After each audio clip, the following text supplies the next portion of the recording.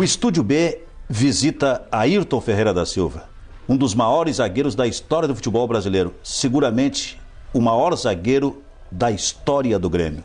E é um pouco sobre as tuas passagens, especialmente pelo Grêmio, mas também pela própria seleção brasileira, que eu gostaria de falar contigo a partir de agora, Ayrton. Ayrton, tudo bem? Tudo tranquilo. A passagem pelo Grêmio até foi uma situação tanto curiosa, porque tu viesse no Força e Luz, muita gente conhece essa história, mas também tem muita gente que não sabe, trocado, olha só, trocado de certa forma por um pavilhão, por isso a partir daí surgiu o apelido Ayrton Pavilhão. A transação foi 50 mil do Grêmio e mais o pavilhão, só que o pessoal não fala no dinheiro. Então ficou conhecido como pavilhão. Uhum. É incrível que esse apelido te acompanhou e te acompanha até hoje, né? Me acompanha. E tem gente que pensa que eu fico bravo, mas não. Não fica? Não, isso é coisa normal. Ayrton, jogasse no Grêmio de 1954 a 1967, 13 anos. A rigor, tu tivesse 3 grandes companheiros de zaga, né? O Enio Rodrigues, o Calvete e o Áureo. E o Áureo, é. O que dá para falar dos 3? Eu acho que o primeiro, né, eu era o capitão da equipe, que eu aprendi muita coisa com ele, o Enio, só que durou pouco, ele se machucou, né, e aí eu tive mais tempo com o Áureo. Uhum. E eu tive 13 anos de Grêmio, a gente ganhou 12 campeonatos, né, teve um até muito importante, que o pessoal não fala, que foi Sul Brasileiro Invicto. Sim. Aqui, aqui era Grêmio e Inter. Uhum. Santa Catarina era 2 também, vice e campeão. Vice-campeão e campeão, e a gente foi o campeão invicto. Certo. Então em 13 para ganhar 12 campeonatos marcou bastante. É uma coisa que realmente chama atenção. Agora, como foi jogar com o Pelé e contra o Pelé? Eu joguei com o Pelé e contra. Eu joguei na seleção junto, né? Uhum. E contra, eu acho que eu marquei ele umas 5 vezes, né? Porque era difícil? Porque era o único time que a gente não conseguia ganhar. Uhum. Porque era uma seleção também, né? Perfeito. Era mano a mano, 4 contra 4. E era difícil de ganhar. Uhum. Agora o Grêmio ia em Minas, ia em Curitiba, ia em tudo que é lugar, e ganhava de todo mundo. Sim. Na época, né? No Rio, a gente ganhava. Agora chegava no time do Pelé, era muito difícil. E como era jogar contra o Pelé? Como era marcar o Pelé?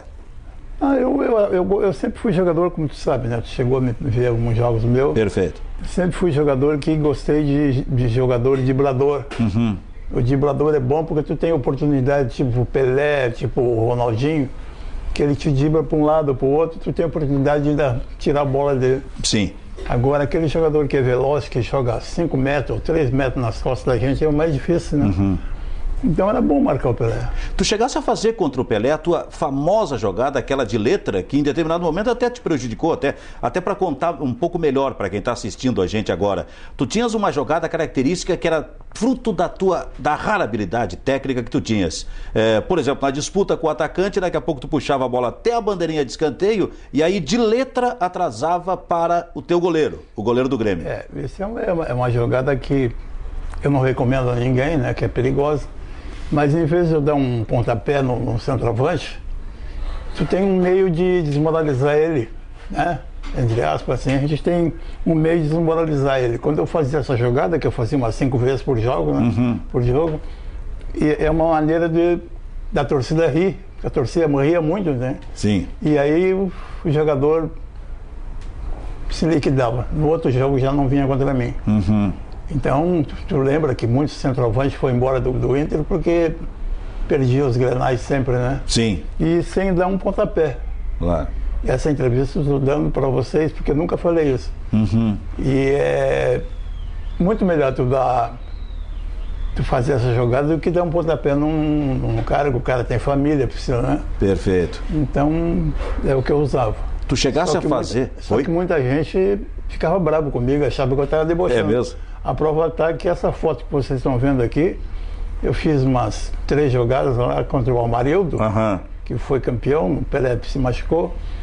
E aí os caras viram fazer essa jogada como zagueiro, e não, esse zagueiro aqui não pode jogar na seleção.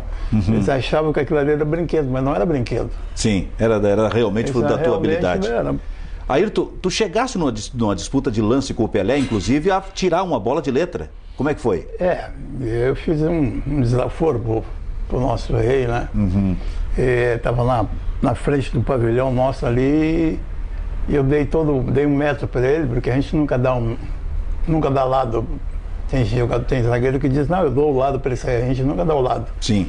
Mas aí eu dei o lado esquerdo para ele sair e ele saiu por ali. Ali eu tirei, dei o pé direito, passei pro lado esquerdo e tirei de letra. Sim. A torcida parecia que ia morrer, né? Aquilo ali era um gol. E ele? Era uma gritaria. Ele já ficou com uma cara, né, de... Sim. E aí chegou dentro da área, assim, de novo, eu botei o corpo nele, eu era muito mais forte que ele caiu e se machucou. Aí eu parei o jogo. Porque com craque a gente não mexe, né? Claro. Deixa o rapaz jogar à vontade. E a gente sempre se deu bem. Perfeito. Quero mostrar essa foto que tu referiste aqui, que está na parede aqui da casa do Ayrton, onde ele aparece na seleção brasileira, um dos times formados. Onde aparece, por exemplo, ao lado do Ayrton lá o Gilmar, aparece o Calvete, aparece o Zito, estou falando na parte de cima, o Dessordi aqui, o Altair também. Aí abaixo nós temos, entre outros, o Didi, o Pelé e o Zagallo. Para dar uma ideia do time em que o Ayrton jogou. Quer dizer, tu tivesse, se não me engano, 6 ou 7 oportunidades, 6 ou 7 vezes na seleção brasileira? Não, eu fui convocado em 62. 62? Depois que eles viram dar aquelas letras, não quiseram me convocar mais, porque o zagueiro não podia fazer isso até hoje, né? Perfeito. Até hoje, o zagueiro que faz isso que eu fazia, não jogava nunca. Então essa foto aqui é de 1962. 62, que foi campeão, a gente foi campeão do mundo. Perfeito. Agora, resumindo, de certa forma, a tua jogada de letra, que era uma jogada de alta habilidade técnica, acabou de algum modo influindo e prejudicando a tua carreira? Prejudicou um pouco, mas é que eu pensei em jogar, por exemplo, uma partida pelo Brasil no Maracanã. Se eu chegasse a jogar uma partida, ele já viu que aquilo ali eu fazia com segurança, né? Sim. A prova está que até agora não vi um zagueiro fazer essa jogada. Eu vi atacante fazer, mas zagueiro não faz porque é perigoso. Perfeito. Eu tanto fazia por cima do centroavante, como por baixo também, como tu chegou a presenciar. Certo. Só que zagueiro não recomendo fazer isso, né? Tá certo. Aí, para encerrar, qual foi o maior centroavante que tu marcasse? Não, a gente tira o Pelé, né? Perfeito. E depois tinha o mestre aqui, que era o Larry, tinha o Flávio, que foi o goleador maior do Corinthians, né? Flávio Bicudo. Teve... O último que eu marquei eu já estava com 34 anos no Cruzeiro, Cláudio Miro. Sim. E teve um também que joguei e fui saber quem era ele no primeiro tempo no vestiário. Grêmio e Real Madrid. Peguei um baixinho assim, não sabia quem é, porque eu não me interessava mesmo, tinha que marcar. Aí quando eu vi, o cara me disse, aí é o Puskás. O maior jogador que teve na Copa, história, né? Do futebol mundial. Marcasse o Puskás também. Então não adianta tu saber quem é o cara, né? Tu tem que saber, como agora a gente vê o videotape, a gente vê o tape do cara, sabe por onde é que o cara joga, como é que não joga. Naquele tempo tu conhecia o cara na hora. Então tu tinha que ter mais cuidado. Tá certo.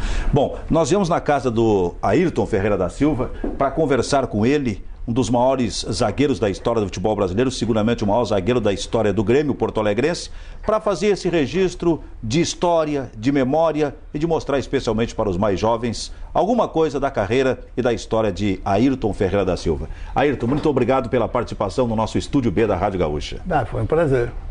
Ayrton foi o maior jogador de defesa que eu já vi jogar em toda a minha vida. Ele passava a bola de Charles da bandeirinha do córner para o goleiro na marca do pênalti.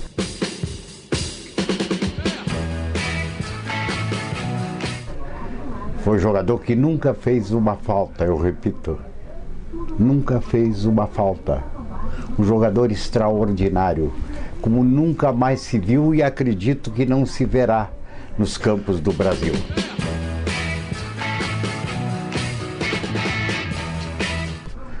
Eu não sei como é que foi Domingos da Guia, mas eu tenho certeza que Ayrton foi melhor que Domingos da Guia.